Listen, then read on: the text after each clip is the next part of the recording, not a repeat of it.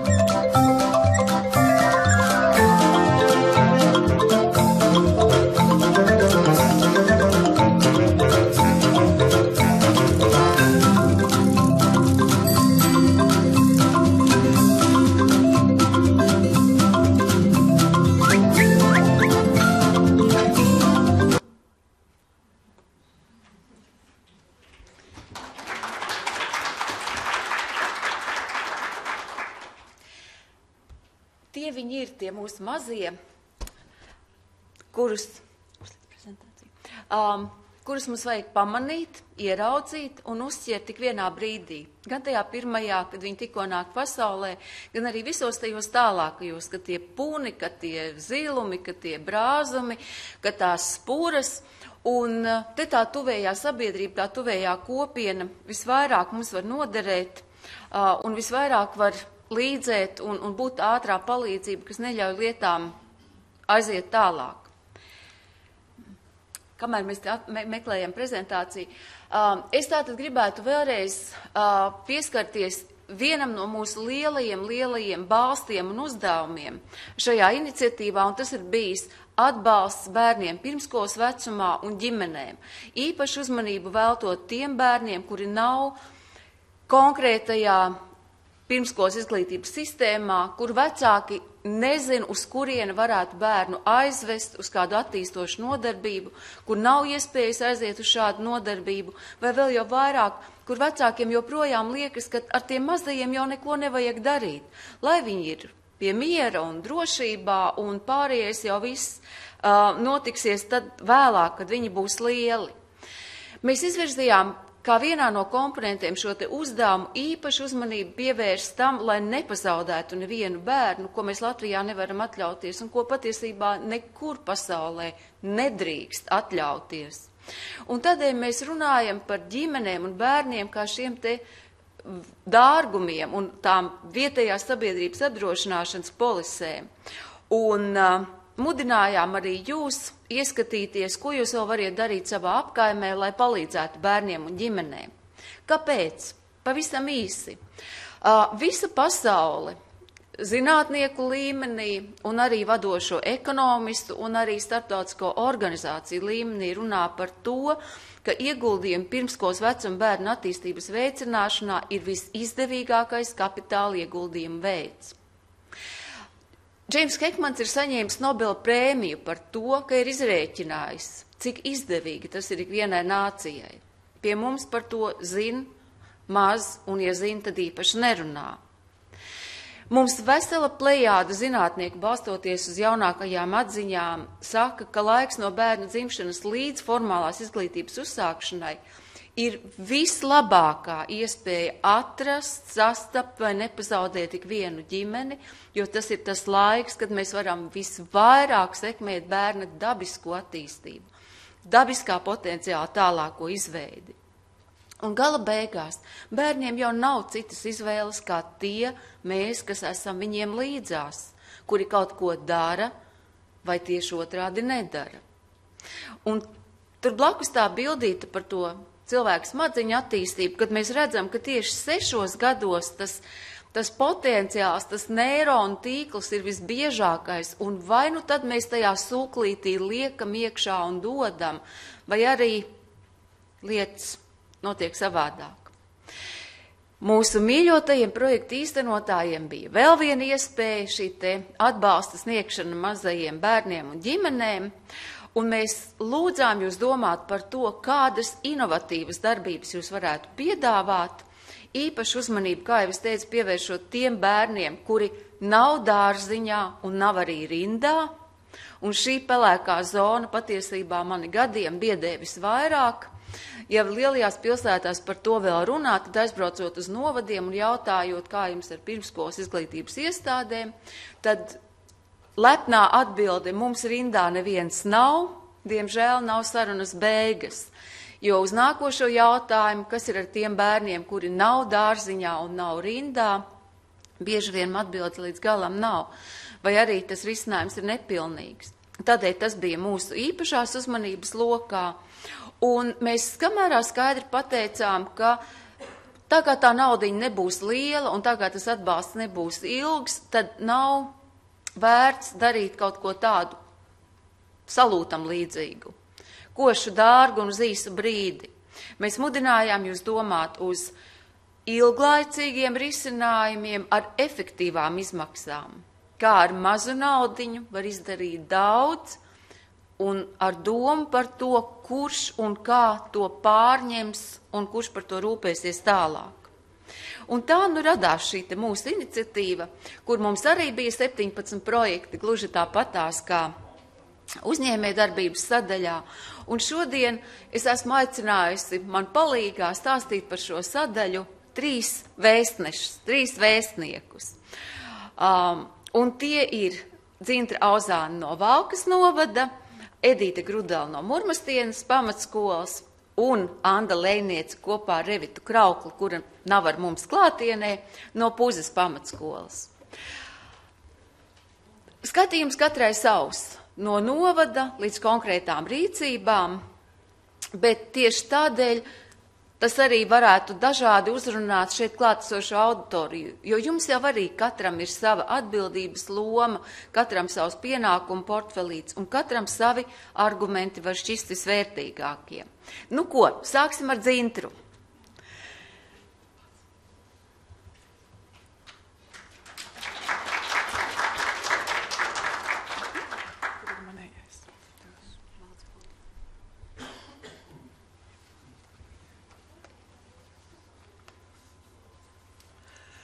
Cienījamie kolēģi, es šodien jums nesu sveicienus no pilsētas, no novada, kur pēc mūsu skatījuma sāks Latvija.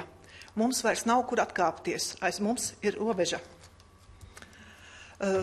Tātad neliels laukums Latvijas novadu kartē, 900 kvadrātkilometri ar nedaudz vairāk kā 10 000 iedzīvotāju, bet tā sarkanā 75 km garā robeža, tā ir Igaunija.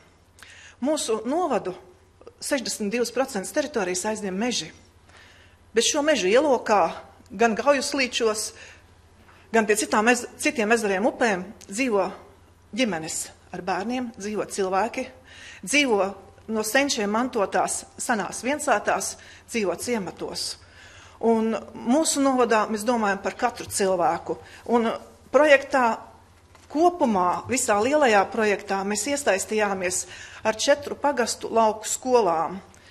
Zinot, ka tas nebūs tas lielais kumos, ka katram būs jādalās ar katru, bet katrai skolai dodot iespēju izmēģināt dažādas izaicinājumus. Jā, mēs startējām arī pirmajā projektā, tad laikam mēs izskatījāmies pietiekoši lieli, atbalstu līdz galam neguvām, bet no 9. gada līdz 12. gadām mēs arī tikām ļoti malti, ar to naudu seko skolēnam. Un mēs to pārdzīvojām, jo pašvaldība lēma, ka visas skolas ir jāsaglabā. Par to, cik tad mēs esam. 5% mūsu novada kopējā iedzīvotāja skaita ir šie mazie bērni no 0 līdz 6 gadiem, un 10% ir 7 līdz 18 gadīgi. Laukos pat šeit ir 11%. Tātad faktiski 15% no iedzīvotāju skaita ir vecumā no 0 līdz 18 gadiem. Un mēs domājam, ka ar šo skaitu nevar nerēķināties.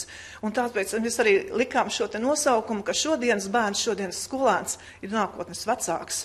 Un kā mēs ar viņu strādāsim, kā viņš varēs dzīvot, kādas prasmes apgūt mūsu novadā, tāda ir arī mūsu novada pastāvēšana.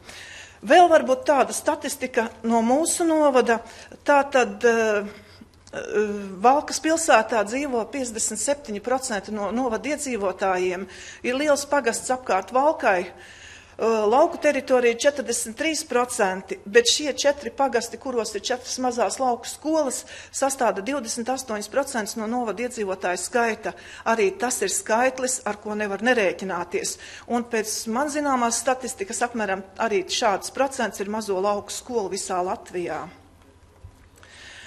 Tādi mēs esam pēc skaitļiem. 9. gadā mums tiešām bija vairāk. Šeit ir kopā gan pirmsskolas grupas, gan pamatskola, 1. 9. klase. Jāsaka tā, mums arī nav rindu.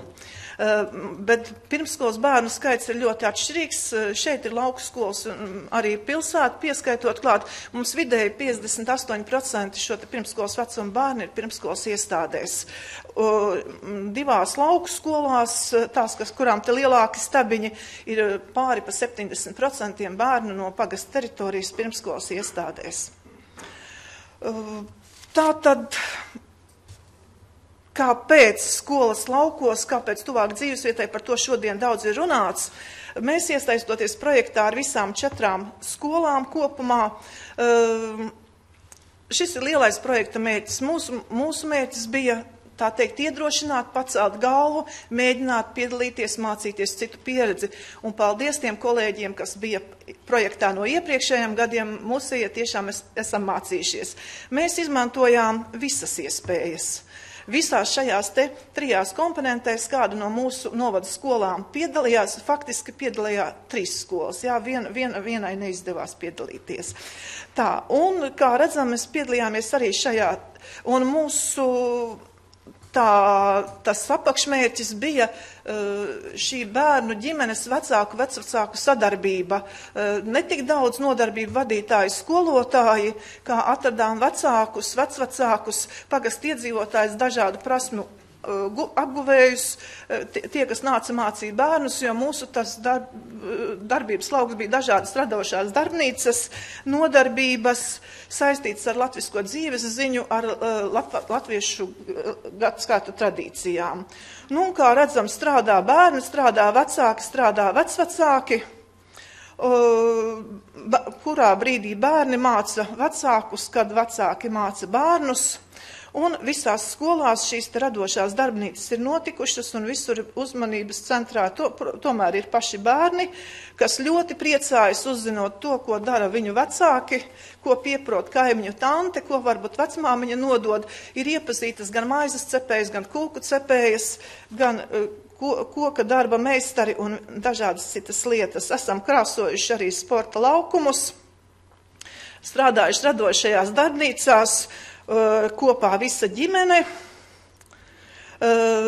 un šajā te mazo skolu projektā mums iesaistījās Ērģemes pamatskola, tātad bērnu un vecāku skoliņa, un tas mērķis bija apzināt visas tās ģimenes, kuru bērni nav pirmskolas izglītības iestādē, organizēt viņiem tikšanās ar pirmskolas audzinātājām, ar psihologu, organizēt nodarbības bērniem un vecākiem kopā, sanākot noteiktās dienās nedēļā, bērniem strādājot atsevišķi, strādājot kopā atsevišķi vecākiem.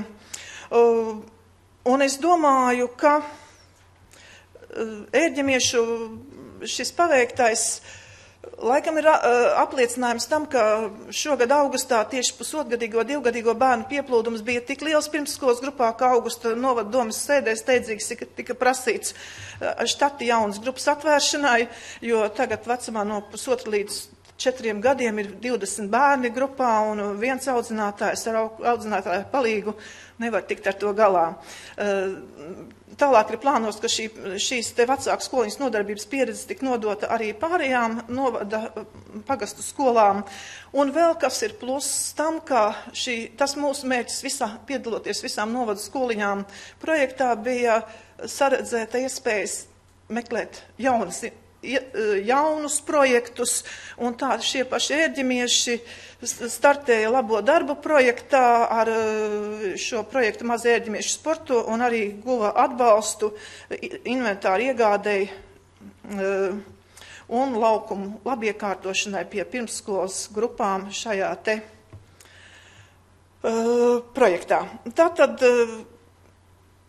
ērģemieši paši saka, ka vecāki ir pārliecināti, ka uz bērnu dārzu var vest arī mazus bērnus, ka par viņiem šeit rūpējas, un vecāki ir atraduši arī ceļu nākt, meklēt palīdzību, skaidrot neskaidrus jautājumus, vai satraukties par to, kā viņa bērns attīstās, vai tā nav problēma noteiktā vecumā. Vēl ērģemieši droši var teikt to, ka ir sakarā to, ka bērni ir nākuši šajā ērģemiešu mazo bērnu skoliņā, bērni ir vieglāk adaptējušies tajā brīdī, kad sākas mācību gads. Tā, par visām pārējām mūsu novada piedāvājumiem ar ģimenēm mums novadā ir domāts par to, ka varbūt, lai mazāk bērniem ir jābrauc no lauku skolām uz Valku, ir visas šīs te izglītības iestādes ar profesionālo ievirzes programmu, ir dažādas grupas uz vietām lauku skolās, kur treneri un skolotāji brauc klāt pie skolēniem. Un iespēja ir darboties arī tautas namos, un to es saku tāpēc, ka tas, ko piedāvā skolas un ko piedāvā tautas nama un citas organizācijas, iestādes, vienkārši šīs lietas nepārklājas. Katrs meklē savu nišu. Nu, un tā tad kopīgie projekti iegūmi. Es domāju, ka visās skolās ir cilvēki, kas ir droši pacēluši galvu, kas apzinās to, ka mazai skolai vieta ir savā kopienā. Kā jau es teicu, ir izstrādāts šīs te prasmes, projektu izstrādē un finanšu piesaistē, ir iepazīta citu pieredze, ir augusi skolu cilvēku pašapziņa, tās ir kļuvušas atvērtākas, un arī pagastu iedzīvotāji turpina nākt uz skolām. Un iecerē ir tāda, ka izkristalizējies, ka būs lielākā daļa šo te radošo darbnīcu, kuras mēģinās turpināt darboties. Un esam domājuši par to, kas ir vajadzīgs, lai projekta ilgspēju tālāk nodrošinātu. Esam runājuši ar novada domes izglītības kultūras sporta komitejas deputātiem, un esam saņēmuši apstiprinājumu, ka neatkarīgi no tā, kurā pagastā ir skola, atbalsts tiks saņemts, bet vispirms katrai pašai skolai ir jāizvērtē, kādi ir viņas resursi, kura būs viņu niša un ar ko viņi piesaistīs novada iedzīvotājus. Un pašvaldības patreiz dotais solījums ir šāds, ka atbalstīt varbūt atsevišķu pulciņu darbību un arī paredzēt šos te nelielos vietējos projektus, par kuru piesaisti tad varēs domāt un cīnīties skolas. Tā, un mūsu pārliecība ir tāda, ja laukos dzīvos ģimenes ar bērniem, tad laukiem būs nākotne, un tieši tāpēc, tad kādus mēs jauniešus izglītosim, tādi dzīvos mūsu laukos. Un pēc tā, ko viņi būs kādas zināšanas prasmes apguvuši, mēs varēsim spriest, vai viņi paliks pie mums, vai viņi brauks kaut kur citur, bet es domāju, tas pozitīvais pamats viņu dzīvei un stabilitātei būs ielikts. Mums ir pārliecība, ka Latvijas lauku skolām ir nākotne. Tas nozīmē arī vietējām kopienām ir nākotne. Bet ar mūsu pārliecību un pašvaldības labo gribu vien nepietiek. Un ļoti gribam dzirdēt atbalstošus vārdus un mērķtiecīgu rīcību arī no valsts institūcijām. Vakar esot izglītības pārvalžu vadītāju sanāksmē, diezgan skaļa diskusija bija par to, par atbalstu visām tām ģimenēm, kuras stāv rindā uz bērnu dārziem par šo te līdzfinansējumu. Par to tiek ļoti skaļi domāts un runāts un diskutēts un strīdējis. Bet par to, kā atbalstīt šīs 30% Latvijas mazās lauku skolas, to gan mēs nedzirdējām. Tā, un gribu teikt paldies visiem projekta vadības grupai, kolēģiem citos novados par pieredzi un par visu pārējo, ko es esmu uzrakstījis projekta īstenošanas laikā. Paldies par tiem kolēģiem, kuri aicināja ciemos, un es atvainojos, ka nepaspējām aizbraukt, bet viss vēl ir priekšā. Paldies par uzmanību. Paldies. Liels paldies, Lintra. Protams, ka viss vēl ir priekšā, bet visi citi tā labā un svarīgā starpā, ko es dzirdēju šajā uzrunā, man liekas, divas lietas bija tādas ļoti, ļoti nozīmīgas. Tas, ka vecāki sāk saprast, ka uz dārziņu bērns ir jāved ne tāpēc, ka nav citur, kur viņu likt, bet tādēļ, ka tas ir vajadzīgs bērnam pašam. Man liekas, tas ir tas, ko mums atkal un joprojām vajag palīdzēt cilvēkiem saprast. Un tā otra lieta, Ausma, vairāk uz tevi. Redzējām, ka tur tie mazie arī jau kopā ar vecākiem papļiem vien sēdēja. Izskatās, ka tev būs ko darīt arī turpmāk. Bet mūsu nākamais stāsts no Murmastienas. Un katru reizi, kad Edīte piezvana vai kad atraksta ēpastu, tad tur tas siltums un mīļums burtiski straumēm gāžas laukā. Man liekas, ka tā tiem bērniem tur Murmastienē arī iet. Vai tā ir? Man tā šķiet, ka jā. Lūdzu. Labdien visiem. Tas mazais sarkanais punktiņš ir mūsējais. Un Murmastiene ir Teičupurva Teičupurva, jāsaka, Piemalē, kas vecākiem dod iespēju gan dzērvenes palasīt vasarā, gan mellenes purvos, bet paliek jautājums, kur paliek bērni tai mirklī. Jo tās ir vienīgās tādas papildus iespējas pelnīt, un arī tiem lielajiem brāļiem un māsām arī ir tā pati naudas pelnīšanas iespēja. Kur tur ir? Nu jā, un jāsāk ar to, ka pirmajā kārtā 2009. gadā mēs riskējām ar to, ka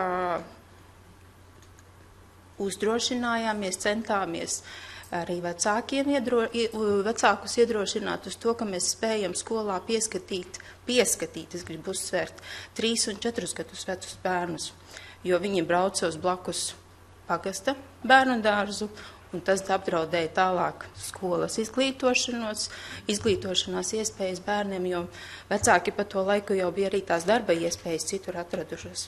Un tas bija tas mirklis, ar ko mēs arī aizdomājāmies, kā tos bērnus noturēt, un arī vecākus kaut kādā veidā pišķi pieturēt. Un pirmajā kārtā bija mums uzraudzības grupiņa. Ar Sorosa fonda atbalstu mums bija 2 darbiniekiem atalgojums. Tomēr tas diezgan atbildīgs bija, bet, kā es uzsvēru, tā bija tikai uzraudzības grupiņa. Ar savu darbu pirmajā kārtā mēs pierādījām, ka mēs bērnus ne tikai spējam uzraudzīt, bet arī kaut ko viņiem iemācīt, jo mums arī bija šīs radošās darbnīcas, arī skoliņā viņiem mēģinājām atrast arī citas vecāku prātu vajadzības, konkrēti tā ir gulēšana pusdienlaikā skolā. Arī to mums Verakļānu pašvaldība atbalstīja. Beidzoties projektam radās jautājums par ilgtspēju, kas notiek tālāk. Paldies Dievam, mūs sadzirdēja, un šiem 2 darbiniekiem bija atalgojums. Un joprojām arī ir tas iepriecinošais. Nākošais svarīgais ir tas, ka mums 3 un 4 gadus veciem bērniem tika arī izveidota izglītošanās programma. Tātad jau mērķtiecīgāk mēs tur ņemamies un darbojamies. Šajā kārtā tātad bija iespēja piedalīties pirmskolas vecuma bērnu projektiņā. Un te ir tā viena tautas dziesma, ko es ceru, ka jūs jau izlasījāt. Un mūsu ķiparu nams tāpēc arī radās, ka vajadzēja, lai viņiem ir kur čivināt vasarā. Un galvenais iemesls, galvenā vajadzība no vecāku puses bija šī regulāra satikšanās vieta ģimenēm ar pirmskolas vecuma bērniem vasarā. Mēs noriskējām un darījām tā, ka aicinājām vecākus ar bērniem nākt konkrētā dienā otrdienās un darboties dažādās radošās aktivitātēs. Skolotājiem skaitījās atvaļinājums. Tāpēc talkā nāca Karlsons, Lelīte Dacīte un Rūķis Ķipars. Un kas tas galvenais, bet tas svarīgais arī mūsuprāt joprojām ir šī drošā, radošā vide. Bet arī mēs uzskatām, ka mazajiem bērniem jau no pirmsākumiem ir jāmāc arī drusciņi tie noteikumi. Un tādā draudzīgā ķiparošanās veidā mēs arī šos pienākumus viņiem centāmies tā ieskicēt. Tās pupiņas tajā maisiņā arī ir sadarbība ar vecākiem. Ja Miķeļdienā mēs joprojām, tāpat kā citi, taisam Miķeļdienas tirciņus, tad, kad tās pupas ir saskaitītas dabas zinības stundās, mēs aicinām tās pupas atstāt skolā. Un mums ir ko darīt pirkstiņiem. Un tie, kas strādā pirmskolā, saprot, ko nozīmē šo sīko darbiņu, nozīmē viņu smadzenēm. Ķiparu namā tātad bija šī bērniem jaunā pieredze radošajās aktivitātēs, un kā jūs redzat, ne tikai bērniem, ar aizrautību darbojās arī vecāki.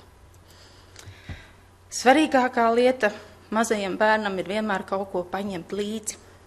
Tā nav mašīnīte, ko no mājas iedot, tā nav konča, bet tā šoreiz bija viņu pašu veiktais darbiņš. Un katru reizi pēc katras šīs aktivitātes viņiem bija kāda piemiņa, ko aiznest mājā līdzi. Vai nu tās bija veidotās ociņas, vai arī tērps, modes skatē. Sporta aktivitāšu dienā, protams, bija šīs medaļas par celtajiem torņiem un piedalīšanos dažādās aktivitātēs. Bija mums ogu diena, puķu diena, dzīvnieku diena, dārziņu diena, bet katru reizi galvenais mēs strādājām ar dziesmām, ar dejām un ar šo mazo kādu pirkstiņu darbošanos. Mazais ieskats, kā šeit arī viena no vismazākajām meitenītēm krāso savu darba lapu. Ko mēs darām vēl kopā ārpus projekta? Jo Aija tieši teica, pastāsti, kā ne tikai, kas saistās ar projektu, bet vispār ar ģimenēm. Un tad jau tā svarīgā jāsaka lieta, protams, ir tie vecāki. Kā viņus dabūt uz to skolu? Braucam kopīgi ekskursijās, es domāju, atpazīstat. Ir šie kopīgie pasākumi, un svarīgākā lieta, mūsuprāt, šķiet iesaistīšana vecāku.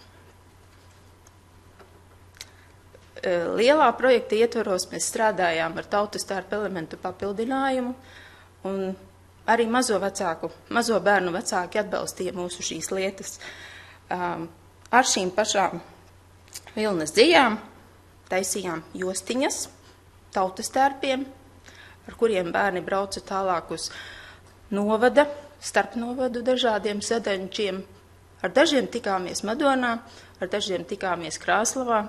Taisam prieka mirkļus arī uz vietas pagastā, arī novadā. Ļoti liela aktivitāte mums izveidojās tieši tautisko zeķīšu vadīšanā, kur deju skolotāja pati atbildīgi domāja par zeķu rakstu, bet katrs vecāks pa to laiku cītīgi meklēja dzīvu. Un kā jūs domājat? Ja es katram pajautātu,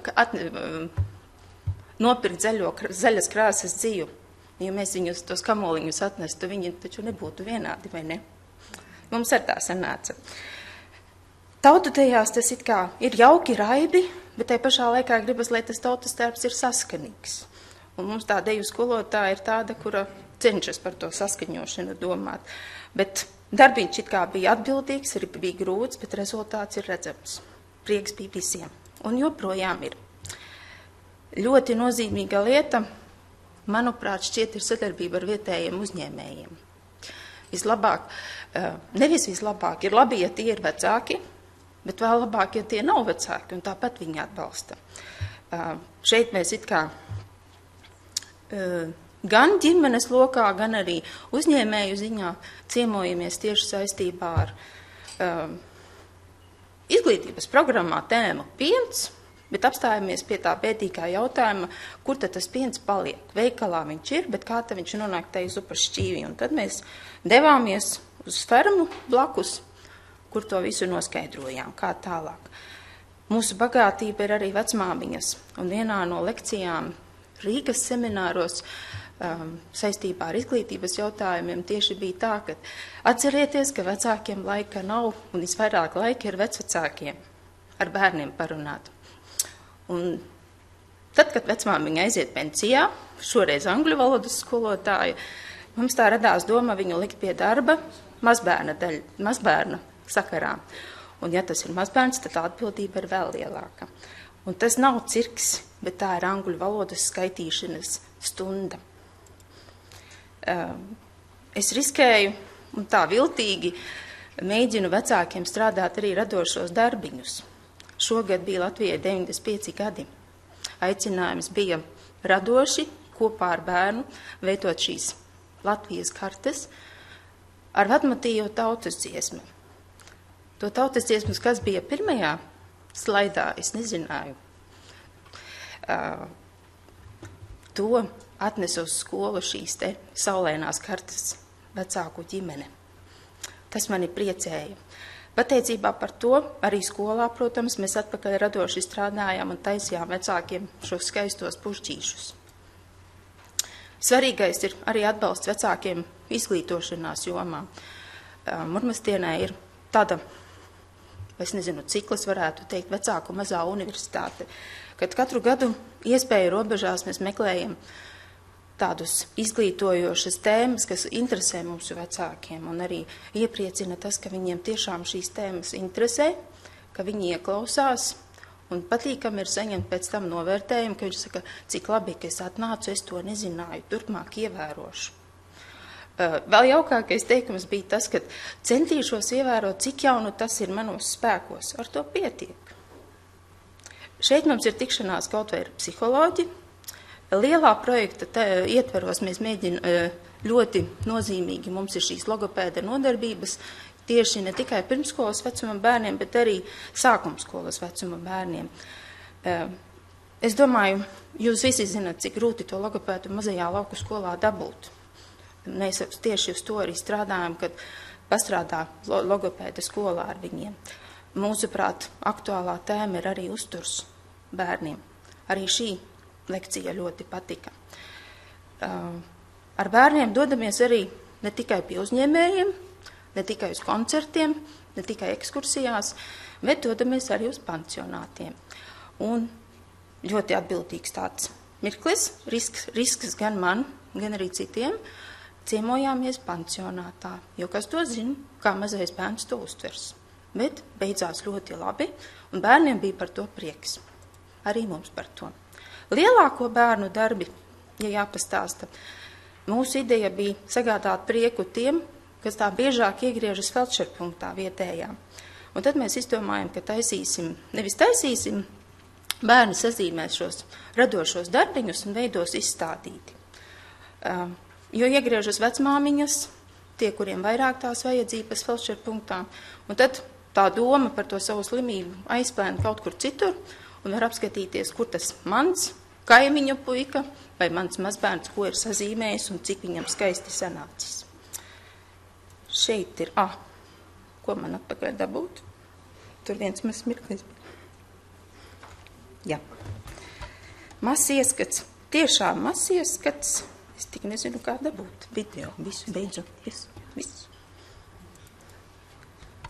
Nezinu, kā dabūt. Viss kārtībā, jā. Un es visiem kopā gribu teikt tikai vienu.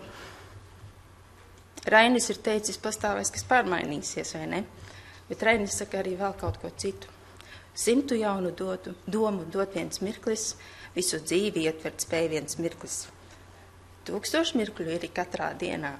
Vai tu redzi, cik tu pagāts esi? Paldies!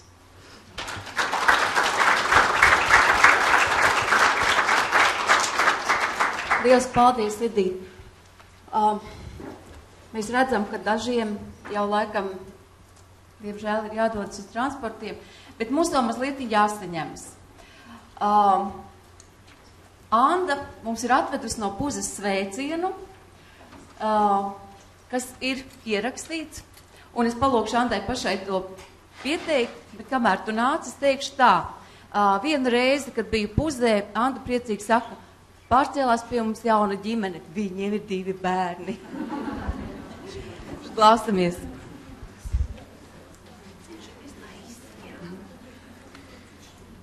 Man ir tas prieks, vispirms sveiciens visiem no Puzes. Un man ir jāsaka tā, ka bija paredzēts cits cilvēciņš šeit runāt, bet tā kā šis cilvēks nevarēja ierasties, tad man ir viens liels pluss, ka man nebūs jārunā 10 minūtes, bet man būs filmiņa. Bet ir viens liels mīnus atkal no tā, ka man ir tomēr kaut kas jāsaka. Kad Aija man vakar pateica, ka kaut kas man no sevis ir jāpasaka, tad es domāju, kas Ko es varētu vēl teikt, ka viss jau ir pateikts, ir tik daudz labu vārdu, ka šorīt no rīta es pat īsti vēl nezināju, ko īsti teikt, un paņēmu palasīt grāmatu un atradu ļoti labu Kārļa Skalbes teicienu. Ir brīži dzīvē, kad viss ir it kā noledojis, un mēs taustāmies apkārt salstošiem pirkstiem, silts rokas pieskāriens, kāds sirsnīgs vārds vai laipns smaids atkal dod mums ticību dzīvei. Arī mums, Puzas pamatskolai, bija šāds apledojuma laiks, un laikam jau tas Sorosa fonds Latvija bija tas siltais rokas pieskāriens, šī te jaukā komanda ar saviem labajiem vārdiem un laipnajiem smaidiem deva ticību turpmākai skolas dzīvei. Un pateicoties jaukajam finansējumam, ko mēs saņēmām, mēs varam lepoties ar amatniecības centru, mēs varam priecāties par novadpētniecības atzimšanu, un, protams, vislielākais šī gada notikums ir tieši bēbīšu skola. Lūdzu.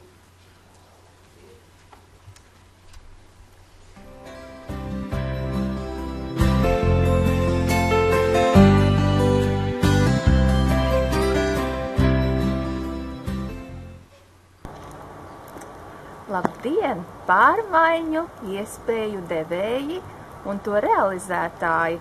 Jūs atkal esat pulcējušies kopā, lai apmainoties ar pozitīvām enerģijām rastos atkal jauni, skaisti sprādzieni, kuru rezultātā uzlabojās dzīve mūsu pašu mājās. Un šāda sprādziena rezultātā arī mums ir radusies skaista Rūķa skola. Nāciet ciemos!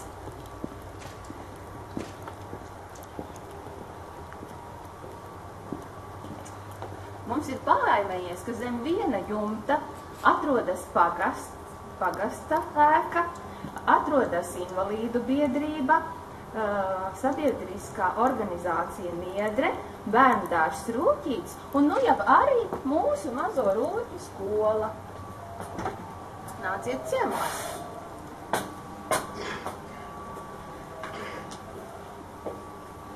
Nu, lūk, šeit mēs mazulīšus noģērbjam, kur viņus sagaida mazi rūķīši, gan pie loga, gan uz spilveniem, kurus var izmantot zem galviņas, zem dupsīša, zem vēderiņa. Labdien!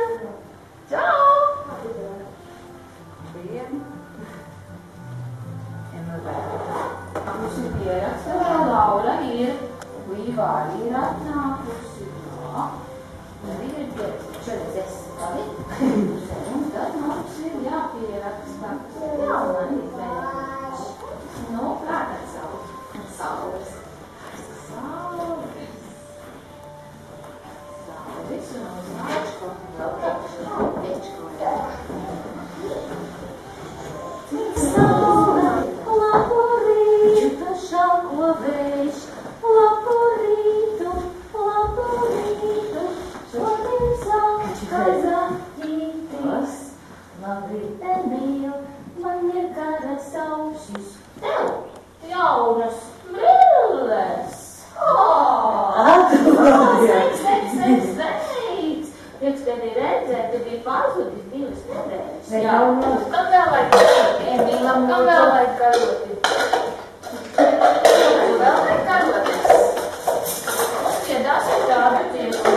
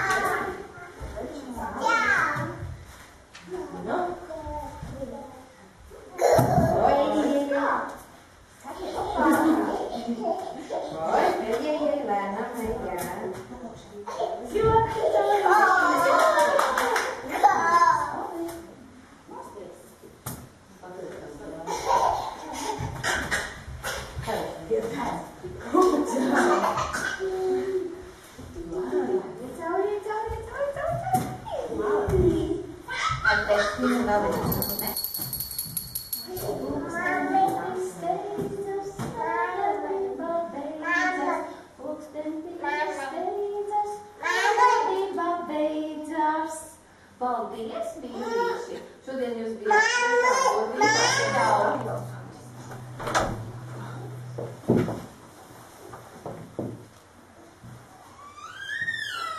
Bungus un okrits mums slēp. Paldies! Labi, atā, līdz nākamai reizi. Čau!